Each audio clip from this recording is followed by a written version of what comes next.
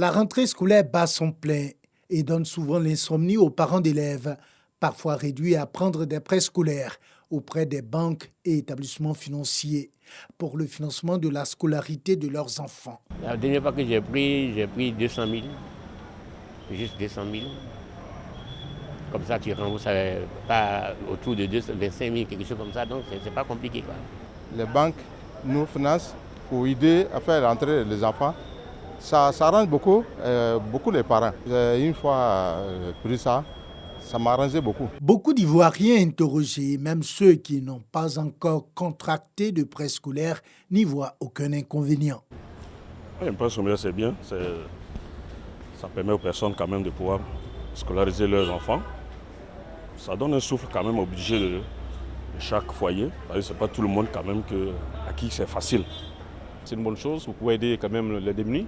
Les parents qui sont beaucoup limités dans les dépenses, dans les finances, vous pouvez aider leurs enfants à pouvoir avancer dans les études. Je n'ai jamais payé parce que quand je travaille, je fais l'économie de mon argent pour pouvoir scolariser mes enfants. Économiste et enseignant, Samuel Maté dit comprendre les raisons qui poussent de nombreux parents à prendre des prêts scolaires chaque rentrée, tout en jetant un regard mitigé sur la question. Il faut minimiser le prêt scolaire parce que vous pouvez vous retrouver dans une situation extrêmement difficile, surtout en ces temps de Covid où les entreprises ferment leurs portes, que le prêt soit le dernier recours, que le prêt soit au minimum et que vous vous prépariez à toutes les options possibles.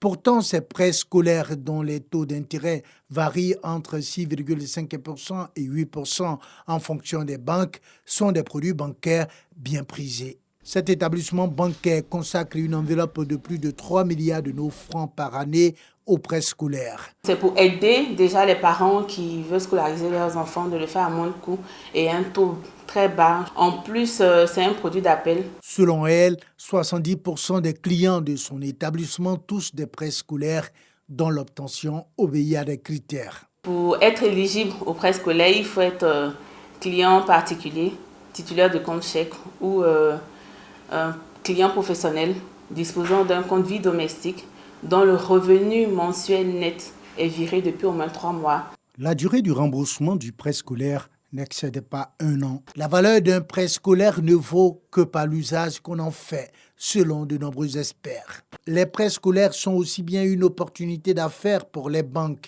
et établissements financiers qu'une bouffée d'oxygène pour les parents d'élèves.